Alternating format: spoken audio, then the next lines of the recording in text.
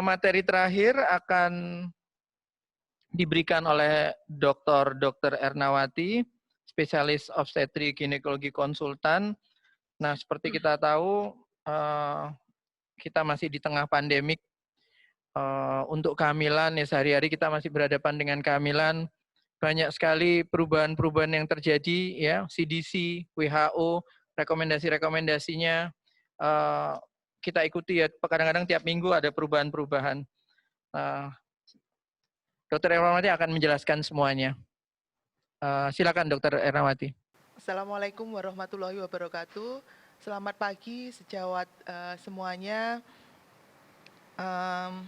Alhamdulillah kita masih diberikan nikmat sehat oleh Allah Subhanahu wa taala bisa berdiskusi pada pagi hari ini. Pagi ini kita akan berdiskusi tentang update kehamilan dengan COVID-19. Sebelumnya izinkan saya mengucapkan selamat Hari Raya Idul Fitri untuk semua teman-teman sejawat POGI semuanya. Mohon maaf lahir dan batin.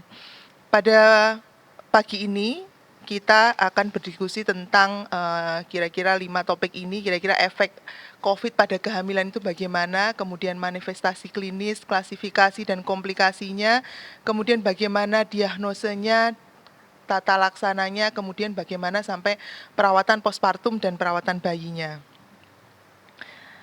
Jadi sebagaimana kita tahu, saya yakin semuanya sudah bolak-balik melihat gambar ini dan sudah baca jurnal ini berkali-kali bahwa COVID-19 itu akan memberikan gejala pada saat masuk ke dalam tubuh pasien, kemudian dia sudah bermultiplikasi, maka akan terjadi early infection yang akan menimbulkan gejala. Jika pada stadium 1, maka akan muncul clinical symptom, yaitu misalnya panas, batuk, kemudian kalau kita lihat di clinical sign-nya, kita cek ada limfopeni. Kemudian kalau berlanjut, dia masuk stage 2, biasanya sudah masuk ke gejala ke paru-parunya. Kemudian kalau tidak teratasi dan dia masuk stage 3, ini adalah ARDS yang biasanya sulit untuk tertolong. Nah, kemudian bagaimana efek pada kehamilan? Ada yang menyatakan bahwa pada kehamilan lebih rentan terhadap infeksi, tapi ada juga yang jurnal yang menyebutkan bahwa kehamilan itu malah mempunyai efek protektif sehingga orang yang hamil dengan terinfeksi COVID itu biasanya lebih ringan gejalanya. Ya, pada kehamilan ada peningkatan hormon estrogen, progesteron, dan hormon-hormon lain, terjadi perubahan imunologis yang diduga estrogen itu meningkatkan imunitas terhadap SARS sehingga monosit inflamasi turun.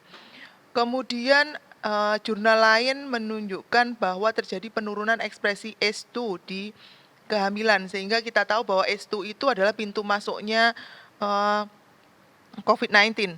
Kalau ekspresinya menurun, maka ibu hamil itu akan lebih terproteksi terhadap infeksi COVID-19 ini. Nah, bagaimana efeknya pada kehamilan? Dari berbagai jurnal menyatakan bahwa kehamilan dan persalinan itu tidak meningkatkan risiko infeksi tadi karena adanya hormon estrogen itu. Kemudian kehamilan tidak memperburuk kondisi klinis infeksi COVID, tapi manifestasinya bisa bermacam-macam. 90% tidak memerlukan terminasi kehamilan. Jadi lebih dari 90% pasien dengan COVID-19 itu tidak memerlukan terminasi kehamilan. Dan seperti pada pasien tidak hamil, maka resiko meningkat pada pasien yang mempunyai komorbid. Misalnya ibu hamil dengan diabetes, ibu hamil dengan SLE, maka adanya komorbid ini lebih meningkatkan resiko. Nah, severitas dan kebutuhan ICU-nya sama dengan pasien yang tidak hamil. Dari berbagai jurnal menyatakan bahwa hampir sama angka kejadian untuk masuk ICU. Bagaimana manifestasi klinis dan diagnosisnya? Simptom sebagian besar pasien datang dengan panas. Sama seperti pasien yang tidak hamil, panas itu gejala yang utama, disusul dengan batuk. Kemudian kalau sudah ada sesak, biasanya dia sudah masuk stadium 2 ke 3, itu 7%, kemudian gejala yang lainnya bisa ditemukan namun jarang. Pemeriksaan laboratorium yang sering ditemukan adalah limfopeni, peningkatan liver function test dan juga trombositopenia. Jadi manifestasi klinis yang kita temukan pada pasien COVID hamil dan tidak hamil itu hampir sama, dan perlu diingat bahwa pada kehamilan terjadi perubahan fisiologis di mana terjadi peningkatan slide, peningkatan monosit, limfosit, kemudian ini akan mengaburkan diagnosis, dan juga kalau misalkan ada komplikasi preeklamsi tambah lagi mengaburkan diagnosis, nanti akan kita bahas selanjutnya. Nah, klasifikasinya berdasarkan klasifikasi NIH itu membagi menjadi 5, asimptomatis atau presimptom, di mana kalau dites itu positif dan gejalanya negatif. Ada juga ringan, kalau gejalanya ringan aja, mungkin panas, batuk, semuanya masih normal. Sedang, berat, dan kritis. Kalau berdasarkan WHO classification biasanya hanya ringan, berat, dan kritis. Jadi asimptomatis, ringan, dan sedang itu masuk kategori ringan. Nah, pasien hamil ini sering kita temukan asimptomatis, di mana severitasnya sama dengan pasien tidak hamil. Jadi pada pasien yang hamil 86% itu gejala ringan, pasien tidak hamil 80%. Kemudian severitas yang berat itu 9,3%, kalau yang tidak hamil itu 13% dan 4,7% kritikal. Jadi sedikit lebih rendah dibandingkan yang tidak hamil, tapi hampir sama. Tidak ada peningkatan fatality rate dan ICU admission pada pasien-pasien yang hamil. Nah, ini membuat kita harus berhati-hati untuk mendiagnosis apakah pasien ini itu benar terinfeksi atau tidak. Data yang dilaporkan dari New York ini dari 43 pasien hamil yang terdiagnosis confirm COVID itu 40%-nya asimptomatis. Dari yang asimptomatis ini kemudian dia masih tetap ringan itu pada 30%-nya. Kemudian 10% pasien ini akan mengalami critical disease, sehingga kita harus hati-hati. Kemudian jurnal lain ini membandingkan hamil dengan tidak hamil, dari 161 pasien ternyata yang simptomatik itu 34%, 66% pasien hamil tidak ada gejalanya. Ini data kami di Rumah Sakit Dr. Sutomo dari selama bulan Maret sampai bulan Juni ini. Ternyata pasien yang datang itu 66% tanpa gejala, kemudian gejala ringan itu 9% dan sedang itu kira-kira 19%, dan yang berat sama dengan data yang selama ini ditampilkan kira-kira 6% saja. Nah, apa komplikasinya COVID pada kehamilan? Yang paling sering adalah angka persalinan prematur. Prematur itu sebagian besar adalah iatrogenik karena ibu yang mengalami perburukan sehingga harus dilahirkan. Dan juga angka persalinan seksio-sesaria menjadi meningkat. Data dari New York, dari 252 itu 15% kasus prematur dan seksio pada 70% kasus. Kemudian spontan abortus insidennya tidak meningkat karena kasus yang terjadi pada trimester awal itu data minimal. Jadi sebagian besar pasien terinfeksi pada trimester ketiga. Dan data melaporkan bahwa lebih dari 95% kondisi bayi baik. Nah, ini yang dilaporkan pertama kali dari Wuhan itu didapatkan bahwa sebagian besar simptomnya adalah panas, kemudian diikuti batuk. Komplikasi yang paling sering adalah prematur dan persalinan sesarnya meningkat 93% pada pasien seluruh pasien, dan pada pasien yang simptomatik yang tidak berat itu 93%, sehingga angka seksio meningkat di era COVID ini.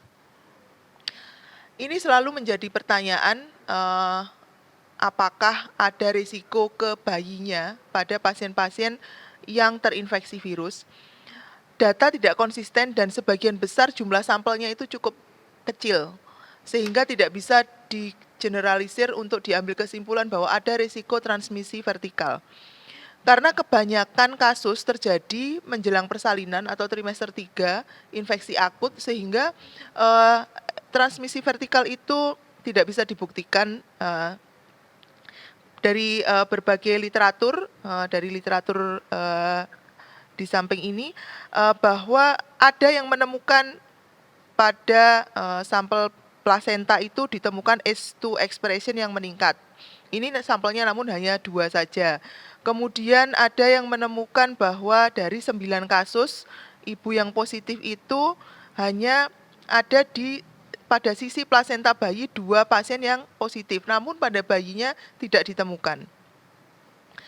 Nah, dari up to date menyatakan untuk melihat adanya infeksi kongenital pada bayi yang hidup, maka harus ditemukan klinis bayi positif terdiagnosis COVID dan PCR dari darah tali pusat, amnion, atau darah janin dalam 12 jam pertama lahir itu positif.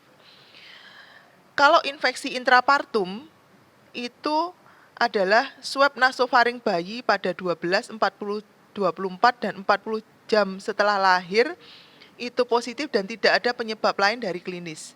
Jadi untuk membedakan ini infeksi kongenital atau intrapartum, maka kita harus melihat swabnya dari amnionnya, kemudian dari swab nasofaring bayinya. Nah, ini adalah mini study kami. Jadi memang sampelnya hanya ada satu kasus ibu dengan terduga COVID pada waktu itu dengan rapid testnya positif. Namun swab ibu ini negatif, bayinya kembar. Nah, bayi yang pertama ternyata positif, bayi yang kedua negatif. Nah, ini tidak membuktikan bahwa kemungkinan bayi yang positif ini adalah infeksi transversal, mungkin dari caregiver, dari bidannya atau dari penolongnya yang positif. Karena swab bayinya negatif yang satu dan swab ibunya negatif. Kemudian ada satu kasus yang kami ambil swab plasenta dari sisi ibu dan plasenta dari sisi bayi, kemudian darah tali pusat, dan swab nasofaring bayi pada ibu, ini swab nasofaringnya positif, tapi pada darah tali pusat saja yang positif, sedangkan swab nasofaring bayi negatif dan bayinya juga baik. Sehingga sulit untuk membuktikan apakah ini ada transmisi vertikal. Bagaimana diagnosenya? Diagnosa dari COVID-19 adalah sama dengan tidak hamil, yaitu panas, kemudian batuk, sesak, adanya simptom, dan kemudian yang paling penting sebetulnya adalah riwayat kontak dengan kasus yang positif. Namun seperti kita ketahui, tipikal pasien-pasien kita sulit kita itu kadang untuk mendapatkan anamnesis riwayat kontak dengan kasus. Ada juga pasien seringkali denial, tidak ngaku kalau misalkan kontak dengan pasien, atau dia tidak menyadari karena banyak OTG. Nah, kemudian untuk pembuktian adalah dengan swab PCR. Sampel dari nasofaring itu yang paling sensitif dikatakan. Kemudian baru dari orofaring dan dari nasal. Swab positif itu mengkonfirmasi diagnosa bahwa memang ada virus pada tubuhnya, tapi kalau swab negatif belum tentu. Karena misalnya salah pengambilan swabnya, kemudian fasenya dia masih belum fase yang infektif, maka konfirmasi klinis sangat perlu. Sehingga ideal dari guideline itu 2 kali swab negatif untuk mengeksklusi bahwa pasien ini memang bukan COVID. Kemudian dari radiologis kita bisa melihat adanya torak foto gambaran pneumonia atau CT torak, ada GGO atau USG torak. Selama ini orang bertanya apakah aman. Awal-awal kita melakukan torak foto, pasien ditolak semua sama laboratorium. Nggak boleh, orang hamil tidak boleh dilakukan torak foto. Torak foto itu berbahaya, tidak aman. Jadi batas aman untuk paparan fetal dose itu adalah kurang dari 0,5. Sedangkan torak foto itu kira-kira 0,0005 sampai 0,01, sehingga sangat rendah, sehingga torak foto pada ibu hamil itu aman. Dengan catatan ibu hamil tetap diberikan barier di perutnya. Kemudian juga CT. CT itu juga dikhawatirkan nanti dikhawatirkan karena radiasinya tinggi. Ternyata CT scan itu 0,01, sehingga CT scan pada ibu hamil juga masih bisa dilakukan. Sehingga kalau misalkan kita menduga dan kita memerlukan itu, silakan untuk dilakukan. Nah, ini identifikasi kasus COVID-19 berdasarkan pedoman pencegahan dan pengendalian COVID. Kemkes yang revisi keempat kita mengenal ada OTG, ODP, dan PDP. Untuk membuktikan kita tetap memerlukan swab PCR. Kemudian ini adalah fase penyakit, bahwa kalau misalkan pada awal sebelum terjadinya onset, maka virusnya ini masih mulai berkembang. Kalau dia datang pada awal simptom, pada saat di mana puncak virusnya, maka sensitivitas untuk ditemukan 98% sampai kira-kira minggu kedua. Kemudian setelah minggu kedua, maka masuk ke minggu ketiga, maka kadar jumlah virus akan semakin menurun, sehingga kalau dideteksi tidak nampak. Namun pada fase ini antibodinya akan meningkat, sehingga akan terdeteksi antibodinya. Sehingga kalau pasien misalnya terdeteksi antibodi positif, kemudian swab PCR-nya negatif, maka mungkin pada fase mana dia diambil, mungkin dia pada minggu ketiga ini mungkin sudah selesai fase infeksinya, sehingga antibodinya yang tertinggal. Kalau misalkan dua-duanya positif, berarti orang ini benar-benar pada yang fase yang akut. Kemudian bagaimana membandingkan dengan swab tadi, yang kalau false positif biasanya bisa kontaminasi, bisa karena teknis. Kemudian kalau false negatif, sampling, bagaimana transportnya, pengambilan, kemudian jumlah virus dari yang gambar tadi. Dan juga kalau dibandingkan dengan antibodi, maka kalau antibodi itu positif bisa saja salah, sehingga itu karena cross reaction, cross-link antibody, kemudian ada rheumatoid factor. Kalau false negatif mungkin pada infeksi akut, sehingga dia belum terbentuk. Nah, ini adalah guideline dari Kemkes yang keempat, bahwa kalau pada ada OTG, ODP, atau PDP dan ditemukan rapid test yang positif, maka kita harus melanjutkan dengan pemeriksaan PCR. Kalau negatif 2 kali, maka dia bukan COVID, bisa di-exclude bukan COVID. Tapi kalau positif, maka dia terkonfirmasi dengan COVID. Kalau misalkan rapid testnya negatif, maka kalau dia memang ada kontak, maka belum tentu pasien itu bukan. Sehingga disarankan tetap isolasi mandiri, dan jika ada gejala maka dites ulang, dan kalau positif maka dia terkonfirmasi, tapi kalau negatif dia bukan. Nah, kalau misalkan ada gejala, tanpa gejala dan ringan dia bisa isolasi, sedang ke rumah sakit, kalau berat dan kritis dia harus masuk rumah sakit. Nah, apa diagnosis bandingnya? Karena sekarang itu kita jadi parno, semua orang yang flu kita anggap COVID, ya karena semua ketakutan, karena gejalanya memang kan temennya ini, COVID itu kan temennya flu. Jadi satu golongan, maka diagnosis bandingnya influenza. Jadi influenza karena virus yang lain, bukan COVID. Kemudian bisa juga infeksi bakteri, pneumonia karena bakterial. Dan ini yang harus kita waspadai pada orang hamil itu adalah HELLP syndrome. Jadi ada satu artikel, dia melaporkan adanya preeclampsia like syndrome induced by severe COVID-19. Jadi pada data ini dari 42 pasien COVID-19 yang ditemukan 8 kasus itu pneumonia berat, ternyata klinisnya itu mirip preeklamsi berat dan HELLP. Jadi dia ada peningkatan tekanan darah, ada peningkatan liver function test, di mana pada saat awal masuk tekanan darahnya masih normal.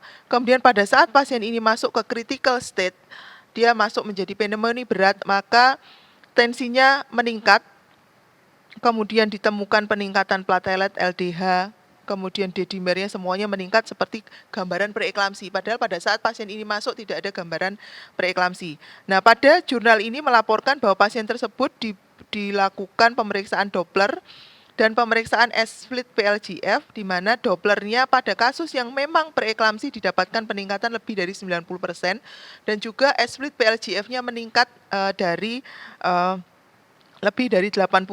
Jadi pada kasus ini yang positif itu 378 S-split, rasio S-split PLGF-nya. Yang lain-lainnya kurang dari 85.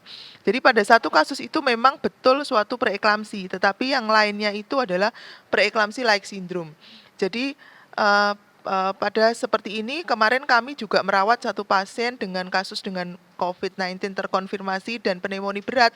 Awal masuk tidak ada diagnosa preeklamsi, kemudian setelah pasien dirawat di RIK, Kemudian muncul peningkatan tensi, muncul peningkatan bun serum kreatinin sehingga didiagnosa preeklamsi. Nah, kemungkinan pasien ini juga bisa jadi preeklamsi-like syndrome yang diinduksi oleh COVID-19.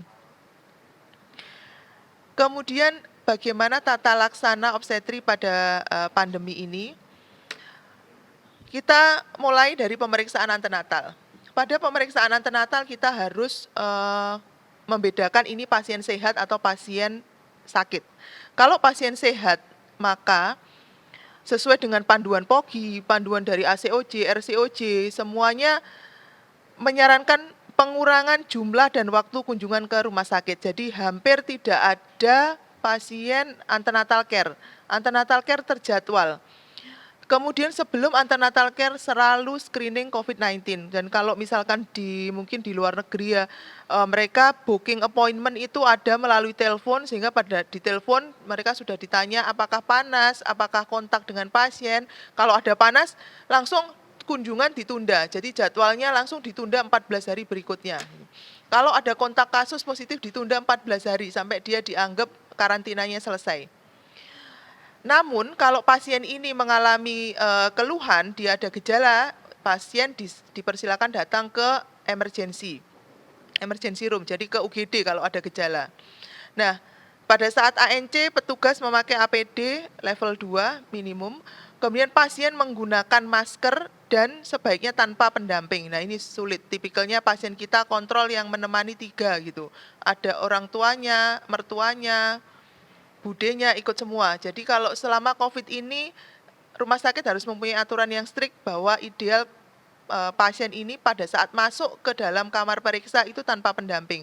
Namun pasien diizinkan untuk melakukan video call dengan suaminya, dengan keluarganya di luar, supaya pengen mengetahui bagaimana diskusi dengan dokter, bagaimana pemeriksaannya diizinkan. Kemudian kalau disederhanakan, jadi kalau dari guideline WHO antenatal care selama ini minimal 8 kali pada saat COVID ini, maka mungkin bisa disederhanakan 4 kali saja. Misalnya pada 12 minggu, jadi pada 12 minggu ini pasien datang untuk mengkonfirmasi kehamilan, mengkonfirmasi usia kehamilan, dan juga untuk screening trimester 1. Misalnya screening kelainan kongenital, juga screening misalnya risk preeklamsi, maka 12 minggu ini yang datang, enggak usah datang di awal, jadi enggak berguna. Kemudian berikutnya pada 20 minggu, jika misalnya pasien terlewat di 12 minggu, 20 minggu datang, dia untuk evaluasi screening juga, kemudian juga evaluasi adanya kelainan kongenital, adanya mungkin kelainan bawaan atau apa, screening di trimester 2. Kemudian 28 minggu, sekaligus misalnya screening diabetes gestasional, sehingga pasien pada saat 20 minggu sudah kita bawain laboratorium, nanti ibu datang, ini periksa, tanggal sekian ibu datang sudah bawa hasil lab, sehingga pada saat datang kita sudah bisa melakukan diagnostik, melakukan assessment ada diabetes gestasional atau tidak misalnya di 28 minggu. Kemudian jika aman kita nilai, maka pasien datang di 36 minggu atau 37 minggu untuk menentukan mode of delivery-nya, kapan terminasinya, pasien bisa melahirkan di mana. Namun untuk high risk bisa disesuaikan dengan klinis jika pasien tidak sesuai dengan kondisinya pada saat itu. Ini adalah panduan POGI yang dirilis bahwa ANC itu bisa disederhanakan, bisa dipilih ini. Kalau panduan POGI masih 7 kali, mungkin bisa disederhanakan cukup 4 kali aja. Jadi kalau misalkan kurang dari 19 minggu, maka ini tidak perlu dilakukan. Maka 11 sampai 13 minggu ini untuk laboratorium dasar dan juga tadi evaluasi kelainan kongenital di trimester 1. Kemudian 20 sampai 24 minggu 1 kali, 28 minggu. Kalau nggak ada masalah 32 minggu tidak datang dan langsung 36 atau 37 minggu untuk pemeriksaan untuk menentukan bagaimana persalinannya nanti. Nah, ini adalah alur yang kami lakukan di Rumah Sakit Dr. Sutomo. Kalau ada pasien yang datang ke poli hamil, maka kami memodifikasi bahwa pasien tidak langsung masuk ke dalam poli hamil, maka kami sediakan ruangan di luar poli hamil yang berfungsi untuk screening. Idealnya semua rumah sakit itu mempunyai tempat untuk screen kalau pasien itu anamnesenya bagaimana, kemudian apakah ada faktor resiko. Kalau misalkan ada faktor resiko, maka pasien disuruh balik, nggak jadi kontrol. Jadi kalau misalkan dari anamnesa ada gejala demam, rapid, atau dia sudah bawa rapidnya positif misalnya, maka kalau pasien ini tidak ada kegawatan obstetri ataupun keluhan dari COVID-nya, maka pasien di-rebooking, dipersilakan pasien pulang, atau pasien dikonsulkan ke poli screening COVID. Jadi kami kalau misalkan ketemu gejala, jadi pasien tidak jadi kontrol ke poli hamil, maka pasien ke poli COVID screening. Nah, kita catat nomor HP dan kita follow up. Kalau tidak ada, maka pasien akan ditanya apakah ada riwayat kontak, ada gejala demam dalam 2 minggu terakhir. Kalau ada, maka pasien di-rebooking, tidak jadi ke poli hamil, ke poli screening terlebih dahulu. Kalau gejala lain tidak ada, dilanjutkan dengan pertanyaan apakah pernah berkunjung ke luar negeri atau ke rumah saudara atau orang yang sedang dalam isolasi. Kalau iya, maka pasien disarankan untuk menunda kontrol 14 hari, baru dia datang lagi. Tapi kalau ada kondisi emergensi, pasien dipersilahkan datang ke kamar bersalin atau rumah sakit mempunyai hotline yang bisa disampaikan ke pasien. Kalau misalkan ada sesuatu, maka dia bisa menghubungi supaya pasien ini juga tenang. Saya nggak boleh kontrol, tapi saya harus kemana gitu. Jadi pasien harus mempunyai tetap bisa berkomunikasi. Ini jadi kami modifikasi juga diberikan barrier. Mungkin semua anggota POGI Surabaya sudah mempunyai barrier juga. Ini adalah algoritma pemeriksaan dari ACOG dan SMFM. Jadi kalau awal selalu di-assess dari simptomnya, apakah ada panas, batuk, kalau tidak dia rutin prenatal care. Kalau ada maka akan dilihat bagaimana severity-nya. Kalau misalkan severity-nya rendah maka pasien dipulangkan, tidak jadi kontrol. Tapi kalau severity-nya tinggi maka pasien mungkin bisa di-MRS-kan atau dia ke emergensi.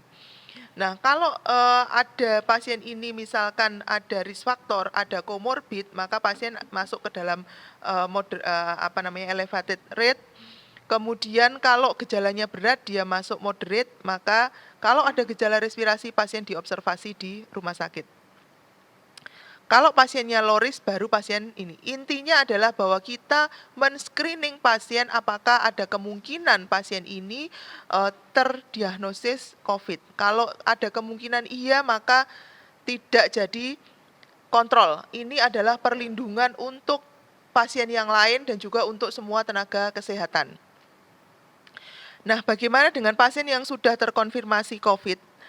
Kalau pasien terkonfirmasi COVID positif, maka kalau pasien ini asimptomatis dan gejala ringan seperti klasifikasi yang tadi, maka pasien menunda kontrol dan dia isolasi di rumah. Kita harus bisa meyakinkan pasien bahwa ibu tidak perlu kontrol, ibu isolasi di rumah sampai COVID-nya negatif baru ibu kontrol. Namun jika ada pemberatan dari gejala, kemudian ada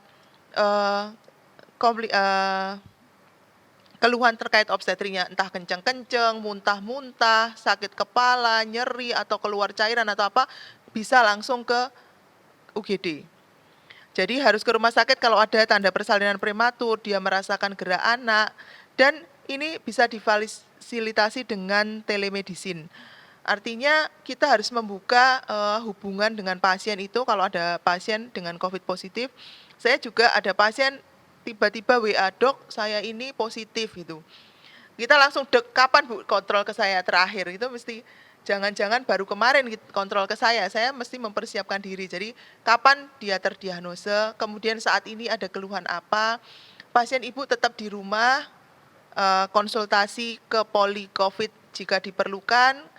Kemudian kalau nanti swab ulangan sudah negatif dan ibu ada keluhan, silakan datang sesuai jadwal. Tapi kalau masih ada, maka pasien dipersilahkan untuk isolasi mandiri. Indikasi perawatan di rumah sakit adalah kategori ringan dengan komorbid atau kategori sedang sampai kritis. Kategori berat dan kritis dia harus dirawat secara multidisiplin dan di rumah sakit level 3 atau 4. Kalau sedang maka dia bisa sebetulnya di rumah sakit level 2, tidak perlu ke rumah sakit level 3. Jadi status dengan COVID-19 COVID-19 positif bukan indikasi rawat inap. Jadi kalau misalkan ada status COVID positif, nggak harus langsung dirujuk ke rumah sakit untuk pas ibu harus dirawat. Nah, sebetulnya kebijakan ini tergantung dari kebijakan lokal dari suatu daerah. Misalkan kebijakan lokal semua pasien positif harus dikarantina. Nah, mungkin ada yang seperti itu, tetapi secara guideline bahwa status COVID-19 positif bukan indikasi rawat inap, yang penting pasien bisa melakukan isolasi di rumah, isolasi mandiri. Kemudian apa yang dilakukan di rumah sakit? Monitor tanda persalinan prematur, kemudian oksigenasi. Target saturasi oksigennya adalah lebih dari 95%. Kalau target pasien ini saturasinya kurang dari 95%, maka kita harus memeriksakan blood gas analisa gas darah, PaO2-nya harus lebih dari 70%. Kemudian dengan patofisiologi tadi bahwa risiko terjadi tromboemboli meningkat, maka pada kasus yang berat biasanya unfraksional heparin 500 unit subkutan tiap 12 jam atau low molekular heparin 40 mg per hari. Dan juga pemberian terapi antivirus, bisa golongannya remdesivir, hidrokloroquine atau oseltamivir, Tamiflu itu masih boleh diberikan, dan itu pemberian terapi antivirus kita biasanya berkoordinasi atau konsultasi rawat bersama dengan paru. Nah, ini kemarin mungkin COVID-19 yang diteliti di UNER, mungkin mudah-mudahan ini penelitian ini membuktikan dari penelitian lanjutnya bisa memberikan harapan baik buat kita semua. Nah, kemudian bagaimana dengan pemberian kortikosteroid untuk pematangan paru? Karena pemberian steroid itu diduga dia akan memperburuk kondisi COVID-nya. Namun kalau kondisi pematangan paru ini kita perlukan untuk bayinya, karena bayinya prematur dan risk untuk melahirkan prematur, maka tetap boleh diberikan karena dia juga jangka pendek saja. Jadi boleh diberikan. Kemudian pasien yang menggunakan aspirin tetap boleh dilanjutkan, dan tokolitik pilihan jika diperlukan adalah nifedipin. Kemudian follow up setelah sembuh, kalau pasien ini setelah sembuh maka monitor fetal growth karena diduga dia berisiko terjadi IUGR. Jadi dari literatur ini placental patologi pada COVID didapatkan peningkatan placental injury. Kemudian terjadi maternal vascular malperfusion, sehingga dikhawatirkan orang-orang yang sembuh dari COVID nantinya bayinya berisiko IUGR. Banyak penelitian saat ini rekrutmen apakah terjadi IUGR atau tidak, ada pan-COVID, ada inter-COVID, ada berbagai penelitian yang mengumpulkan data bagaimana resiko ini. Kemudian COVID juga diduga berhubungan dengan koagulopati, hipoksi plasenta, sehingga ini masih perlu penelitian lanjutan. Karena ini masih 3 bulan, mudah-mudahan nggak sampai lama sehingga nggak ada UGR ini. Kemudian bagaimana manajemen rujukan? Mungkin kita sering melihat ini, puluhan tenaga medis terinfeksi COVID-19, tertular. Karena pasiennya nggak ngaku, pasiennya melarikan diri dari daerah merah datang ke sini nggak ngaku, di anamnese nggak ngaku, akhirnya dokternya ketularan. Kemarin berita yang baru saja kita bersedih mendengar teman sejawat adik kita meninggal karena corona, karena melakukan pelayanan, maka manajemen rujukan sangat perlu.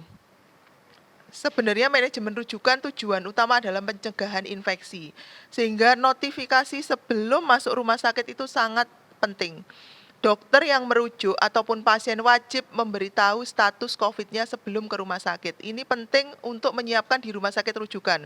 Jangan sampai krisis ruang isolasi, akhirnya nggak ada tempat, pasien itu ditaruh di mana kalau misalkan tidak ada tempat karena sebelum merujuk tidak melakukan notifikasi terlebih dahulu. Kemudian ini data kami bahwa selama 11 minggu ini kami menerima pasien COVID, insiden rujukan lepas itu semakin meningkat. Ini menimbulkan problem bagi kami. Nah, sebetulnya notifikasi tadi penting karena kalau misalkan kita sudah melakukan screening di awal, maka kita bisa menentukan persiapan ruang perawatannya di mana. kemudian menentukan bagaimana persiapan perawatan bayi untuk mencegah penularan, perlindungan pasien dan keluarga yang lain juga penolong persalinan, penyiapan APD standar. Seringkali karena rujukan lepas yang meningkat, pasien datang sudah kala 2, belum sempat memakai APD, bayinya sudah lahir. Dikatakan memang tidak ada emergensi pada saat pandemi, tapi pada pasien dengan kala 2 di depan mata, sangat mungkin kita akan tergopoh-gopoh menggunakan APD yang tidak standar sehingga meningkatkan risiko penularan pada petugas kesehatan yang menerima rujukan itu. Nah, oleh karena itu sebenarnya dibutuhkan sistem screening. Screening semua pasien yang masuk rumah sakit, terutama yang ada gejala. Screening sebetulnya tidak hanya dari kita periksa rapid test, kita periksa swab test, sebenarnya toolnya banyak, bisa dengan anamnese, riwayat kontak, kemudian ada simptom, laboratorium, dan juga gold standarnya tentu PCR. Nah, memang sulit kalau kita bicara tentang bagaimana screening ini, triase hanya berdasarkan gejala ini akan menimbulkan risiko untuk terjadi infeksi. Sehingga universal screening ini menjadi topik yang masih menjadi diskusi, kebutuhannya sangat tergantung dari protokol lokal. Sejawat sekalian yang kemarin menyaksikan webinar kita dengan Oxford dan Malaysia, mereka juga tidak melakukan universal screening. Universal screeningnya adalah dari anamnesa dan riwayat kontak. Kalau ada itu, ada simptom dan ada anamnesa, baru mereka melakukan pemeriksaan PCR. Tidak semua ibu hamil di rapid test seperti di kita. Ya, tapi memang jumlah pasiennya jauh berbeda. Mereka seluruh Malaysia 57, kita di Rumah Sakit Dr. Sutomo selama 3 bulan ini 102 pasien. Kemudian di RSUA itu juga sudah lebih dari 50 dalam waktu 3 bulan. Mereka 57 seluruh Malaysia. Kemudian di Inggris 400, sekitar 420-an itu dari seluruh Inggris juga, dari seluruh UK. Maka sangat unfair jumlah kasusnya ini, sehingga mungkin kebijakan dari masing-masing wilayah untuk menentukan sistem screening itu sangat diperlukan. Jadi karena gejala pada ibu hamil ini tidak spesifik, sehingga kita harus mewaspadai pasien tanpa gejala karena diperkirakan 86% infeksi tidak terdokumentasi. Nah, ini panduan CDC juga memprioritaskan testing pada high priority. Jadi pasien yang masuk dengan gejala, kemudian tenaga kesehatan, kemudian pemberi layanan residen yang bertugas, kemudian pasien dengan simptom itu mendapatkan prioritas. Sehingga dari CDC screening itu sangat-sangat diperlukan tergantung kondisi lokal yang dimiliki. Nah, ini adalah screening dengan EWS. EWS ini tanda pneumonia dari CT scan dan juga kemudian kontak dengan pasien itu mempunyai nilai yang paling tinggi. Sehingga kalau ini nggak ada, pasien ini low risk karena dia masuknya kurang dari 10. Tapi kalau ada 1 dari 2 ini positif. Padahal tidak semua pasien itu bisa kita anamnesa pasien itu mempunyai risk factor. Kemudian torak foto sebetulnya 94 sensitivitasnya, tapi pada pasien yang mempunyai gejala 18% saja yang positif. Kemudian NLR itu juga sensitivitasnya 64%. Kemudian untuk bicara NLR pada kehamilan kita juga harus hati-hati. Pada preeklamsi NLR-nya tentu akan meningkat, kemudian ada infeksi yang lain, pada pasien diabetes juga meningkat, sehingga kita perlu hati-hati menafsirkan. Juga NLR ini tiap trimester dia juga berbeda, sehingga pada trimester berapa kita mendiagnosis pasien ini mungkin lebih lebih complicated untuk menentukan bahwa pasien ini mempunyai risk factor. Nah, ini adalah data kami di Rumah Sakit Dr. Sutomo pada bulan Maret sampai Juni tanggal 10 kemarin, bahwa kita sebetulnya menerima pasien kurang lebih 102 pasien, tapi pada awal kita sulit untuk melakukan PCR, sehingga kira-kira ada 30% kasus yang tidak dilakukan swab PCR pada pasien kami, sehingga yang kami analisa adalah pasien yang dilakukan swab PCR. Jadi ada 63 kasus yang dilakukan swab PCR dari kasus yang masuk dengan rapid test yang positif, dan dari gejala, dari yang positif ini 20% yang dari yang dilakukan swab ini 20% yang positif, kemudian yang 43% ini yang negatif. Kemudian kita amati gejalanya, kemudian histori kontaknya, NLR-nya, chest X-ray, rapid antibody, dan EWS-nya. Dari data ini yang mempunyai sensitivitas paling tinggi adalah rapid test, sehingga 75% sensitivitasnya, kemudian negatif predictive value-nya juga sekitar 72%.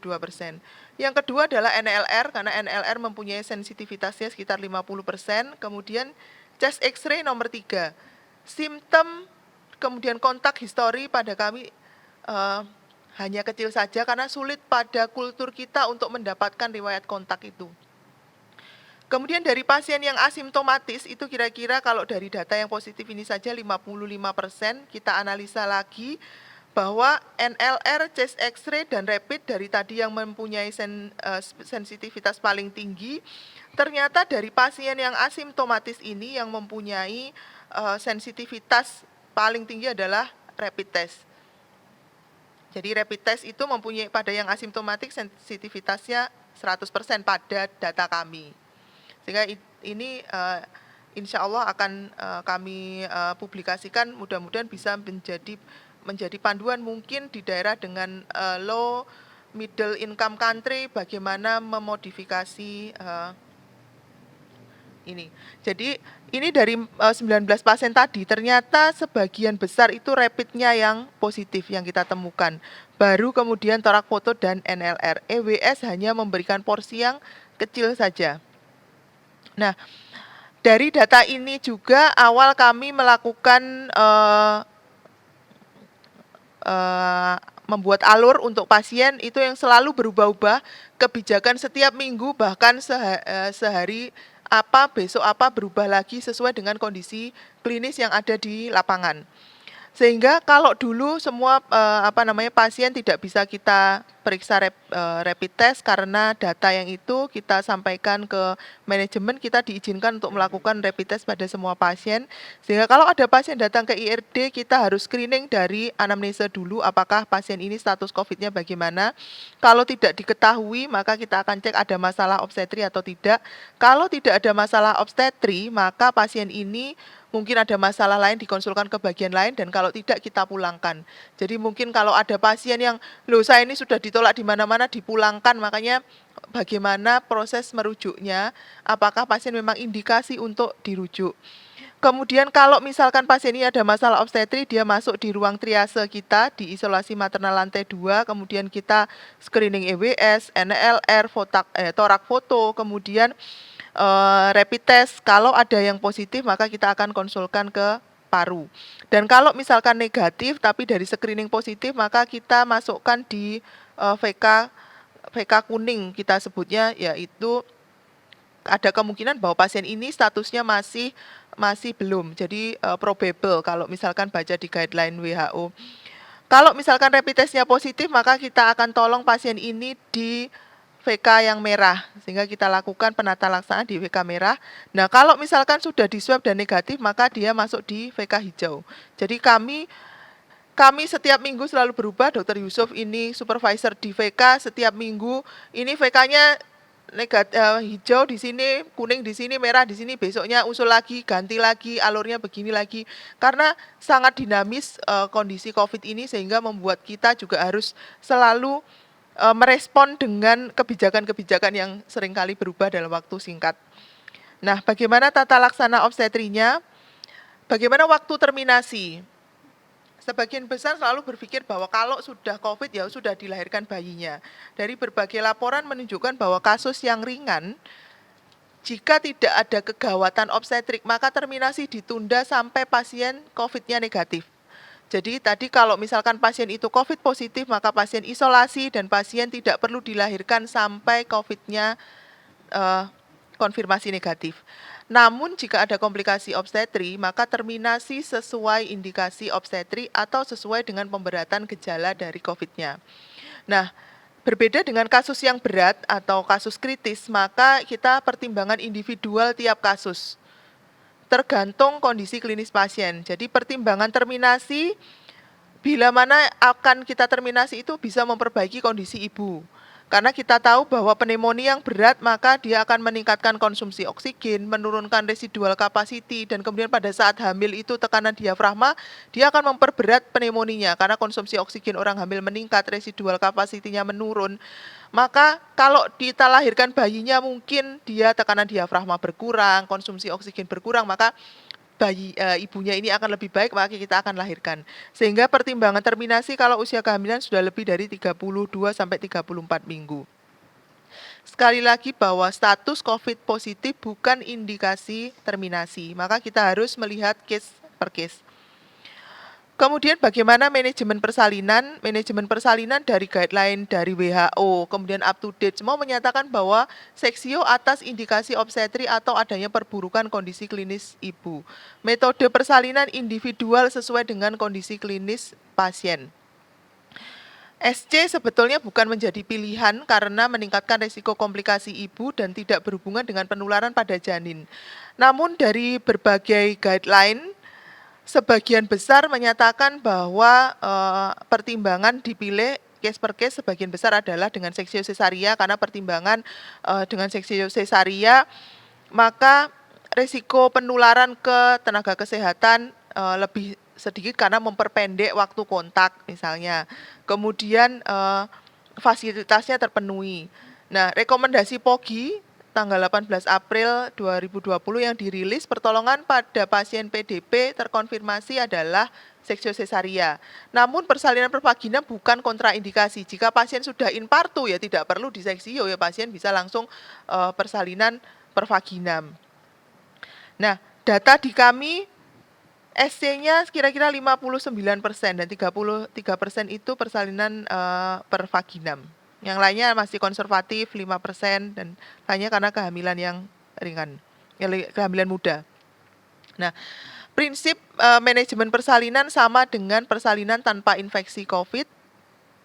Yang penting adalah pembatasan personel yang bertugas. Jadi mungkin dibuat shift gantian yang masuk ke VK merah,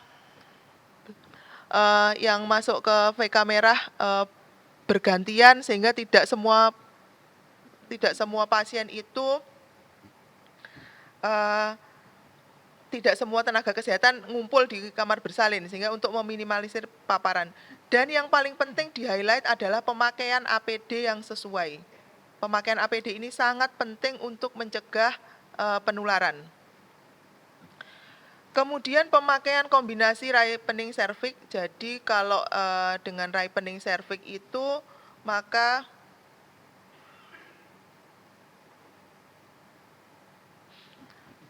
ripening cervix itu diizinkan untuk dilakukan untuk memperpendek waktu persalinan. Kemudian hati-hati balance cairan pada pasien dengan COVID-19 karena dia juga berisiko terjadi udem paru. Kira-kira total cairannya disarankan adalah 75 cc per jam. Kemudian delay clamping, ada yang mengatakan tidak usah di delay clamping karena dia akan meningkatkan penularan. Ternyata tidak, delay clamping kira-kira 1 menit itu masih memberi keuntungan buat bayinya. Kemudian memperpendek waktu mengejan, karena resiko waktu mengejan itu adalah produksi aerosol. Kemudian risiko penularan dari feses kalau persalinan pervaginam harus hati-hati karena diduga dia ditemukan dari pervaginam, dan penggunaan barier persalinan. Kemudian kita harus membatasi pendamping persalinan. Pendamping persalinan ini dibatasi 1 orang saja dan sudah terscreening COVID. Kemudian pendamping ini harus menggunakan masker dan tidak boleh berganti-ganti. Misalnya 1 orang tapi 1 nunggu, nanti 1 masuk lagi, tidak boleh. Bahwa 1 ini idealnya yang menunggu sampai pulang 1 saja. Namun diberikan fasilitas boleh video call pada saat ibu di kamar sehingga memfasilitasi penunggu atau keluarga yang ada di luar ruangan. Kemudian ideal tempat perawatannya adalah ruangan dengan tekanan negatif, tapi saya duga kemungkinan kita semua itu tidak punya ruangan dengan tekanan negatif.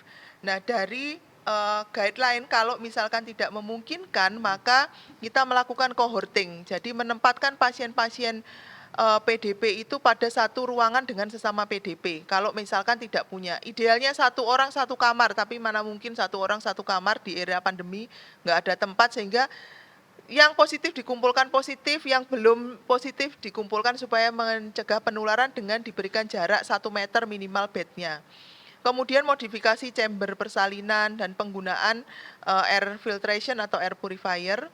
Dan pasien menggunakan masker bedah, bukan masker kain. Pasiennya menggunakan masker bedah dan bukan masker kain, dan kalau bisa pasien menggunakan face shield. Tapi kadang ini sulit kita lakukan karena pasien pada saat kala 2 itu sudah sesek, jika dia dikasih masker dia menolak pasiennya. Dan kemudian hati-hati pada saat kala 2, walaupun dikatakan produksi aerosolnya rendah, tapi dia tetap bisa memproduksi aerosol dan feses sebagai sumber penularan. Kemudian ini adalah guideline dari PPI, kalau pasien itu droplet, dikatakan bahwa COVID ini droplet, maka sebetulnya kamar tersendiri kalau tidak memungkinkan cohorting dan jaraknya lebih dari 1 meter, pintu kamar boleh dibuka dan alur pasien tidak perlu khusus, sehingga penanganan udara tidak ada, APD menggunakan masker bedah. Tapi kalau diduga airborne, maka kamar tersendiri dan alurnya juga khusus. Kemudian langkah pencegahan kontak, pasiennya di kamar sendiri kalau bisa, dan pasien tidak boleh keluyuran, tidak boleh main, pasiennya harus tetap di dalam kamar, tidak boleh dia jalan-jalan. Kemudian yang penting adalah universal precaution. Tenaga kesehatan harus menggunakan APD yang sesuai, masker medis, perlindungan, kacamata, dan pasien tetap di tempat, tidak diperbolehkan berpindah-pindah. Kemudian ini adalah panduan WHO langkah pencegahan transmisi udara untuk COVID. Untuk tindakan yang menimbulkan aerosol, maka ruangan harus dengan ventilasi yang memadai, kemudian dengan aliran udara yang sudah dikendalikan, kira-kira ada 12 siklus pergantian udara, dan APD dengan kontak. Nah, maka yang tadi dilakukan itu adalah kalau tidak memungkinkan. Ini adalah modifikasi yang kami lakukan, kami juga tidak mempunyai tekanan negatif, ruang bersalin, sehingga kami menyulap CSSD itu menjadi ruang perawatan khusus. Kita berikan, karena tidak ada tekanan negatif, kita berikan air purifier, kita pasang CCTV sehingga tidak selalu petugas ada di dalam ruangan, tapi kita bisa mengawasi dari yang VK hijau ini. Kemudian menggunakan barier persalinan. Nah, kemudian ini inisiasi dari Dr. Rosi, Dr. Yusuf, Dr. Pandu membuat bagaimana penularan itu lebih ringan dengan setiap bed itu dikasih air purifier. Ini masih dalam project, belum selesai, ini masih dalam tahap pengerjaan. Jadi setiap pasien dimasukkan bednya, ditutup dan dikasih air purifier. Mungkin teman-teman sejawat semuanya mempunyai ide yang cukup menarik, seperti Dr. Tauhid juga membuat chamber, diberikan exhaust. Semuanya adalah untuk meminimalisir paparan dengan resource yang kita miliki. Nah, kami juga tidak mempunyai ruangan tekanan negatif, sehingga ruangan nifas kami kita jadikan VK merah, karena di sini ada jendela yang bisa dibuka, kemudian kita pasang air purifier dengan modifikasi tadi, kemudian tidak ada pintu, plastik pun jadi, kita tutup dengan plastik untuk mencegah penularan. Kemudian juga kita bangun ruang ganti. Jadi yang bertugas ganti APD di sini, kemudian baru dia masuk ke dalam area merah. Karena kita tidak ada tempat, jadi kita harus memodifikasi ini. Kemudian bagaimana perawatan postpartum? Kasus asimptomatis, perawatan seperti postpartum biasa sebetulnya. Idealnya pasien itu secepatnya pulang, jangan lama-lama di rumah sakit. Jadi pada kasus ringan 24 jam postpartum spontan boleh pulang, kemudian SC postpartum 2 hari pulang. Namun kalau kasus sedang, pasien masih perlu perawatan, pasien masih dirawat. Kemudian pada kasus berat atau kritis dia dirawat di ICU. Problem adalah penentuan diagnosa. Kalau pasien sudah masuk dengan dugaan COVID dengan rapid positif, belum swabnya jadinya 3 hari, akhirnya memperlama pasien turnovernya, karena pasien itu harus tahu statusnya dulu, sehingga pasien swabnya belum keluar, pasien nggak bisa pulang. Padahal kalau kasus ringan, pasien itu boleh dipulangkan. Ini adalah COVID Care Pathway dari guideline WHO yang terbaru. Jadi kalau dari guideline yang WHO yang terbaru ini, jadi kalau pasien itu ada gejala, maka pasien itu kalau datang dengan sedang atau berat dia MRS, kemudian dilakukan clinical assessment, dilakukan swab, dilakukan pemeriksaan. Kalau misalkan pasien itu terkonfirmasi, maka dari pasien ada gejala sampai 10 hari, gejala pertama ditambah 3 hari sudah tidak ada gejala, pasien diizinkan pulang walaupun swabnya masih negatif. Karena kami merawat postpartum, dia sudah hampir 2 minggu, swabnya masih positif aja, sehingga pasien tidak dipulangkan. Nah, kalau dari pathway ini, pasien sudah bisa lepas dari pathway ini setelah 10 hari perawatan. Kemudian pasien boleh dipulangkan dan isolasi di rumah. Kemudian perawatan bayi, monitoring janin, swab PCR dalam 24 jam pertama, sebaiknya janin dirawat terpisah, kemudian bayi harus tetap mendapatkan ASI. Tapi guideline WHO dan CDC memisahkan bayi dengan ibu, tidak skin to skin contact, itu diduga mempunyai efek yang lebih buruk secara psikologis, kemudian secara ini pada bayi, maka dan pertimbangan bahwa bayi itu resiko tertular rendah, maka WHO dan CDC menyatakan ibu dan anak itu boleh rawat gabung, asalkan ibu klinis baik, bayi baik, atau keduanya confirm, atau ibu itu ingin menyusui dan ibu harus memakai masker dan memakai face shield misalnya untuk menghindari. Ini adalah flyer yang dibuat oleh Divisi Neonatologi di Rumah Sakit Dr. Sutomo. Jadi pada saat COVID ini ASI masih harus tetap diberikan dengan dengan aturan bahwa ibu itu harus swabnya 2 kali berturut-turut, idealnya kalau nggak ada swab 2 kali berturut-turut maka ASI perah, kalau menyusu langsung pakai masker dan jangan lupa cuci tangan. Nah, ini bisa disarankan ke pasien-pasien kita. Terima kasih perhatiannya, semoga bermanfaat. Mari kita bersama-sama melawan COVID-19. Terima kasih.